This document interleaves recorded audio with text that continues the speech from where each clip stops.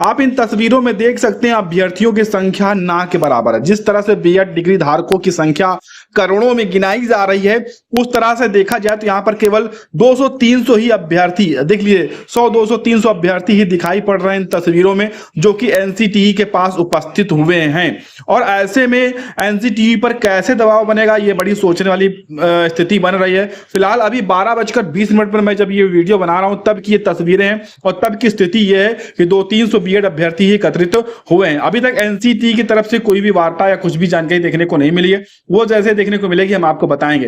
लेकिन पुलिस विभाग के माध्यम से, आला प्रशासन के माध्यम से देवेश शर्मा को वहां पर पाबंद करके रखा गया, उनको धरने में मौजूदगी के लिए आदेश नहीं दिए गए। ये भी अपडेट साथ में निकल कर आई हुई है। प्रोटेस्ट था, आयोजक मैं नहीं था, इस प्रोटेस्ट का आयोजक और लोग थे, तो मैं फिर भी आया था आपकी खातिर के मेरे साथी को गलत ना सोचें, तो मैं इसलिए मैं यहाँ पे दिल्ली खुद आया हुआ था इसमें शामिल होने एज ए बीएड कैंडिडेट। तो 100-200 लोग आसपास जितने पहुँचे थे, 100-150 लोग, तो बहुत कम संख्या थी उन साथियों के। और आप लोगों को जिन लोगों ने गुमराह किया कि परमिशन है, परमिशन के नाम पे बिल्कुल प्रोटेस्ट की कोई परमिशन नहीं थी और इंटीमेशन था। आप उनके जो वो है फोटो वायरल कर रहे हैं उसमें चेक करिए, 2 जगह परमिशन है, वो कटा हुआ परमिशन है, वहाँ पर नीचे इंटीमेशन लिखा हुआ है, उन्होंने ब्लैंक काला कर दिया है उस परमिशन के नीचे। जो इंटीमेशन है वो बिल्कुल कोई परमिशन नहीं थी। मैं तो इस रिगार्डिंग पहले बता नहीं रहा था क्योंकि मुझे तो इस रिगार्डिंग पता था सारा मैटर, और मैं भी गया था। मुझे वहाँ से जो वहाँ के पुलिस प्रशासन था उसने मुझे पकड़ के और थोड़ी बहुत इधर उधर करके मुझे बोला आप पे 151 लगा देंगे, ये वो करके, और मुझे थोड़ा सा उधर ले गए थे चौकी साइड में, और फिर बाद में मुझे छोड़ दिया गया। बिल्कुल साथियों, मैं आपकी जो भी लड़ाई है मैं पीछे नहीं हटने वाला हूँ, चाहे लोग क्या बोलते हैं क्या नहीं बोलते। बड़ा मुश्किल होता है किसी चीज़ का अंत तक लड़ना और उस करना। कोई भी ऐसे तो कोई भी बात है कोई भी बना ले आके, ये है परमिशन है नहीं है फलाना ठिकाना, लेकिन मैम ने जो भी ये बात बोली आज तक सच बोली है। सच के अलावा मैं झूठ बोलता ही नहीं कि इन लोगों की तरह क्या लोग बोलते हैं। एक नारा तक नहीं लगा धरने में, प्रोटेस्ट में नारा ना लगे तो प्रोटेस्ट किस काम का। परमिशन थी उसका, वो बोला ज्ञापन देने देंगे और उसके अलावा आपको कुछ नहीं। ऐसा कोई आश्वासन एनसीटी की तरफ से नहीं मिला है जिसमें कोई ठोस आश्वासन हो। वैसे ही बोल दिया है अंडर सेक्रेटरी है जिनसे भी मुलाकात हुई उन्होंने, बिल्कुल एक ही रास्ता है अपने पास, कोर्ट के अलावा कोई रास्ता नहीं है, और अध्यादेश का भी कोई रास्ता नहीं है। मैं साफ बता देता हूँ कि अध्यादेश का कोई रास्ता नहीं है। अध्यादेश लाने के लिए बहुत सारी वो है, एनसीटी को पहले ख़त्म करना होगा सरकार को, क्योंकि वो एक बॉडी है, एक संस्था है, उसको ख़त्म करने के बाद ही सरकार पार्लियामेंट में बिल ला सकती है। ऐसा हो नहीं सकता, मुमकिन नहीं है। और एक ही रास्ता है अपने पास कोर्ट का, चाहे वो किसी भी स्टेट में भर्ती प्रोसेस चल रही है उसके लिए ही है। जो भर्तियां वर्तमान में चल रही हैं वही रास्ता कोर्ट से निकल सकता है, या फिर जिनका जो 18 से 23 में जिन्होंने बीएड किया हुआ है उनको रिलैक्स के लिए आगे यही रास्ता है, और आगे कोई रास्ता नहीं है। क्योंकि एनसीटी ने खुद ने हाथ खड़ी कर दी है। जिस संस्था ने गजट बनाया था वही संस्था यदि हाथ खड़े कर दे, ना तो वो रिव्यू पे गई, ना कुछ उसने कुछ डाला क्लियरिफिकेशन के अलावा कुछ भी उसने कुछ नहीं किया। लेकिन स्टेट को उसने इन्फॉर्म कर दिया है कि ये सुप्रीम कोर्ट का जजमेंट है सभी के लिए, उसने जो भी लेटर है डिलीवर कर दिया है। बिल्कुल साथियों, एनसीटी का क्या ही कहते हैं ऐसी संस्था का। और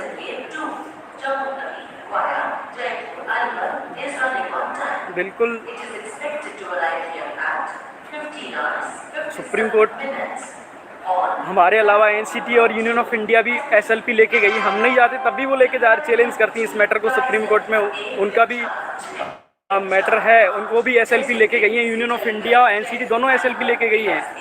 लेकिन उस टाइम मैंने सब साथियों से बोला था, ये साथी आज बोल रहे हैं ना नेता बने फिर रहे हैं यहाँ पे, उन सभी से मैंने बोला था उस टाइम पे कि आप बोलिए नहीं। उस टाइम तो इन्हीं लोग बोल रहे थे यूनियन ऑफ इंडिया हमारे साथ में, एनसीटी हमारे साथ में, हमारा कुछ नहीं होगा, ये नहीं होगा, वो नहीं होगा, बड़ी बड़ी जी के हाथ पे थे। उस टाइम की पुरानी वीडियो मेरे जाके देखिए और इन लोगों की जाके देखिए इन लोगों ने क्या किया है। बिल्कुल उम्मीद है तो सुप्रीम कोर्ट से है। सुप्रीम कोर्ट के पास पावर है, डिस्क्रीट पावर है, किसी भी हद तक वो रिलीफ दे सकते हैं। सुप्रीम कोर्ट के पास कोई चारा नहीं है सुप्रीम कोर्ट के अलावा, एक ही चारा है सुप्रीम कोर्ट। सुप्रीम कोर्ट ही राहत दे सकता है। बिल्कुल साथियों, जो भी केवीएस का निष्कर्ष है, आज मैं शाम तक केवीएस के साथियों के साथ मीटिंग करके जो भी निष्कर्ष है किस एडवोकेट को उतारना है, मेरा तो मन वही है कि तो छत्तीसगढ़ में जिन्होंने रिलीफ दिलवाई है जो एडवोकेट हैं रविंद्र श्रीवास्तव सर, उन्होंने वहाँ की इतनी प्रोसेस में शामिल करवा दिया है उनको, और शायद 2-4 दिन में उनकी रिजल्ट भी आ जाएगा। 1 बाई 1 का रिजल्ट तो आ गया है, लेकिन स्कूल अलॉटमेंट 2-4 दिन में होने वाला है। उनका स्कूल अलॉटमेंट हो जाएगा, उनको स्कूल भी मिल जाएंगी। तो बिल्कुल बिहार के पता नहीं मुझे कौन साथी इस मैटर देख रहे हैं, लेकिन केवीएस के साथियों के बहुत सारे कॉल मैसेज आ रहे हैं। केवीएस के साथियों के लिए मैं आज शाम को डिस्कस जो भी निकलता है, मैं जो भी रिजल्ट निकलेगा तो मैं सभी साथियों के साथ मिलकर मीटिंग कर लूँगा। अखिल भारतीय बीएड संघ से कनेक्टेड ग्रुप है केवीएस का, उसमें जो भी निर्णय निकलेगा सभी साथियों का वो निर्णय हम करेंगे। लेकिन कोर्ट के अलावा मुझे नहीं लगता कोई रास्ता है कोर्ट के अलावा ये प्रोटेस्टेशन से, क्योंकि आप सब पता है सारे लोग स्टूडेंट हैं। क्योंकि आज भी देख लिया मैंने, किसी के मुंह से एक आवाज़ नहीं निकली, एक नारा नहीं निकला कि एनसीटी के सामने जाके एक नारा निकाल दे। साइड में पार्किंग है, पार्किंग में बैठा के रख दिया, और वहीं पे वहाँ से एक भी किसी को रोड पे नहीं जाने दिया किसी को। बिल्कुल मैं साथी में कोई आरोप नहीं लगा रहा, लेकिन कोर्ट एक रास्ता है, उसके अलावा कोई रास्ता नहीं है। क्योंकि आप भी एक स्टूडेंट हूँ, मैं भी स्टूडेंट हूँ, मुझे पता है क्या हालत है सबकी।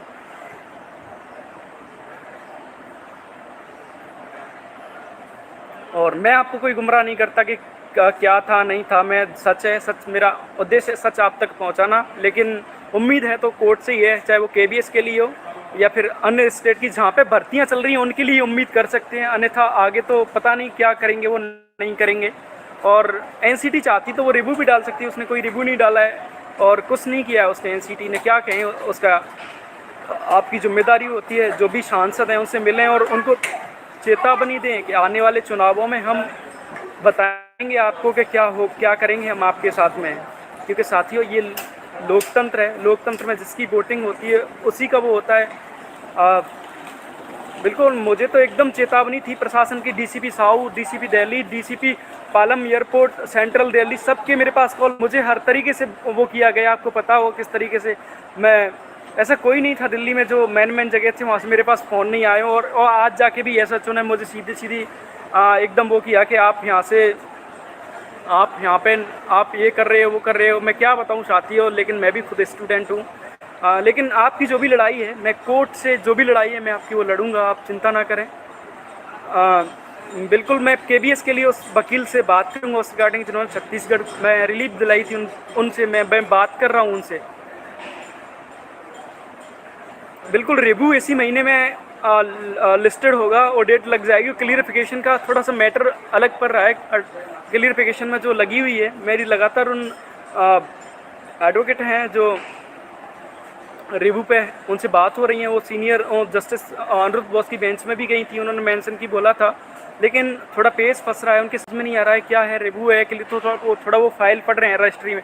फाइल को पढ़ते ही वो आगे बढ़ाएंगे, जैसी लगती है 1-2 दिन में तो आपको बता दिया जाएगा। बिल्कुल सबसे ज़्यादा है केवीएस के साथियों के ऊपर। मेरे पास बहुत सारे साथियों के कॉल मैसेज आ रहे हैं, 150 मार्क 155 मार्क केवीएस के साथियों के। बीपीएससी के साथी तो अपने सरकार पे दबाव बना देना कि आपकी भर्ती सब्जेक्ट टू आउटकम भी नहीं। आपकी सरकार को कहिए कि जजमेंट 11 अगस्त से लागू हो, इसके लिए आप कुछ करिए। 11 अगस्त से लागू और होगा 11 अगस्त से लागू, तो आप तो वैसे ही बचे हुए, आपको तो कोर्ट आने की भी आवश्यकता नहीं है। बस आप अपनी सरकार पे प्रेशर बना लें बीपीएससी वाले, तो आपको राहत मिल सकती है। सरकार को आपके जो नेता प्रतिपक्ष हैं भी, विजय कुमार जी, वो भी आपके पक्ष में उनसे मिलिए, सरकार पे दबाव बनाइए कि ये 11 अगस्त से लागू हो है जजमेंट और हमें एंटर कराइए। बाद का होगा बाद में देखेंगे, लेकिन जब तक तो हमें शामिल कराइए इस भर्ती प्रोसेस में, क्योंकि हमने रिजल्ट दिया है, इसकी तैयारी की है और ये सिलेक्शन प्रोसेस है वो 11 अगस्त से पहले की है। बिल्कुल केवीएस के साथी मुझे ज़रूर रेस्पॉन्स दें इस पर, जो भी आपका रेस्पॉन्स मैं आज शाम को ही डिसीजन लूँगा। 8 बजे जो भी है मैं आपके सामने क्लियर कर दूँगा केवीएस के साथी, क्योंकि हमें किसी पर भरोसा नहीं करना। जिन लोगों के पास टेट ही नहीं है उनका क्या ही करना, क्या ही कहना। जिनके पास ना तो सीटेट है ना कोई स्टेट का टेट है, तो उनके लिए उनके बारे में क्या ही कह सकते हैं। साथी मैं खुद एक कैंडिडेट हूँ सीटेट का, और मैं खुद केबी का एग्ज़ाम भी दिया हूँ राजस्थान में, मेरे खुद के अच्छे मार्क हैं। तो बिल्कुल मैं नहीं चाहता कि किसी भी साथी को कुछ वो हो। जहाँ तक रिलीफ मिल सकती है वो एक सुप्रीम कोर्ट ही रास्ता है। बिल्कुल अखिल भारतीय बीएड संघ का जो भी टेलीग्राम है उससे जुड़ जाएं और उसमें आज मीटिंग करके जो भी है, और आप मुझे मेरे पर्सनल नंबर है उस पर कॉल करके, वो कॉल नहीं मैसेज करके व्हाट्सएप पे मुझे बता सकते हैं केबीएस के जो भी आप चाहते हैं कि केबीएस का क्या हमें केस दायर करना चाहिए सुप्रीम कोर्ट में इस रिगार्डिंग, तो केबीएस के साथी ज़रूर मुझे मैसेज करें इस रिगार्डिंग, जिससे कोई फैसला लिया जा सके। बिल्कुल एमपी के साथी डरे ना, कुछ नहीं होगा। आपके जिनकी ज्वाइनिंग होगी वो साथी बिल्कुल ना डरें, मजबूती से अपना एक संघ बना लें, यूनियन ऑफ इंटरेस्ट। जिन साथियों का संघ है, चाहे वो 69,000 वाले साथी हैं या फिर एमपी वाले साथी हैं, एक यूनियन बना के लड़ोगे तो कुछ नहीं होगा। तो आप एक यूनियन में रहें, जो जैसे भी कोई अपडेट हो तो अपनी यूनियन की सुने। बिल्कुल वेस्ट बंगाल के साथी इस पर रिगार्डिंग काम कर रहे हैं, जो सिलेक्टेड हैं वो साथी चिंता ना करें, अपनी लोकल टीम है उससे संपर्क करें, चाहे वो वेस्ट बंगाल की लोकल टीम हो या मध्य प्रदेश की लोकल टीम हो, उससे संपर्क करें।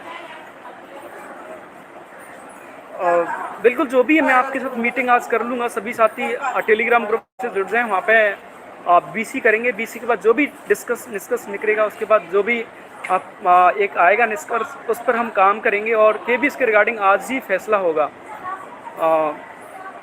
बिल्कुल रिलीफ के रिगार्डिंग यही सारा रहेगा। अब तो कोर्ट ही एक रास्ता है और एनसीटी से तो बिल्कुल ही उम्मीद ना करें। और बिल्कुल जो भी अपने सुझाव सवाल हैं आज मुझे मेरे टेलीग्राम पर या फिर व्हाट्सएप नंबर पर मुझे ज़रूर करें, और जो भी रिप्लाई होगा मैं दूंगा। साथियों आपकी वजह से ही मैं दिल्ली आया था। कुछ लोग तो कुछ बोलते हैं, कुछ भी बोल देते हैं, लेकिन बिल्कुल क्लियरिफिकेशन की जल्दी डेट लग जाएगी साथियों। आपका जो भी साझा निष्कर्ष होगा अब मुझे ही सारा करना है, क्योंकि फालतू के लोगों पर कोई कुछ नहीं कर सकते। उन जो लोगों का जिनने पहले जिनका रिकॉर्ड है, जिन्होंने 12 जनवरी की सुनवाई तक यूनियन ऑफ इंडिया एनसीटी करते रहे, तो उनका क्या ही कह सकते हैं। बिल्कुल इस बात को भी रखेंगे फ्यूचर में जो वैकेंसी हैं वो 18 से 22, 23 वालों को भी आगे को ऐड किया जाए। बिल्कुल, लेकिन साथियों जो एनसीटी की निष्क्रियता है वो उस पर बड़े सवाल होते हैं। बिल्कुल साथियों जो भी सवाल हैं, जवाब हैं, वो मुझे ज़रूर व्हाट्सएप करें और अपने सभी साथियों तक इस वीडियो को ज़रूर पहुंचाएं। बिल्कुल साथियों रीट वालों के 21 वालों के चांस सबसे कम है, सबसे बाद में रिलीफ उनको ही मिलेगी, राजस्थान वाले साथियों को। सबसे पहले रिलीफ मिलने के चांस हैं वो बिहार के हैं, फिर केबीएस के हैं, फिर अन्य जिनके स्टेट के हैं, जिन्हें छत्तीसगढ़ या अन्य स्टेट के, सबसे बाद में राजस्थान का नंबर आएगा। क्योंकि डायरेक्टली हार हुई है वो राजस्थान की रीट भर्ती को लेकर हुई है, जहाँ पर सरकार फेवर में है। वो साथी अपनी सरकार पर दबाव बनाए, सरकार कुछ भी कर सकती है उनकी स्टेट में, क्योंकि ये जजमेंट 11 से ही लागू होगा। क्योंकि मुझे झूठ बोलना आता नहीं। बिल्कुल मैं पिन कर दूंगा, इसमें डिस्क्रिप्शन में जो नंबर है मैं डाल दूंगा।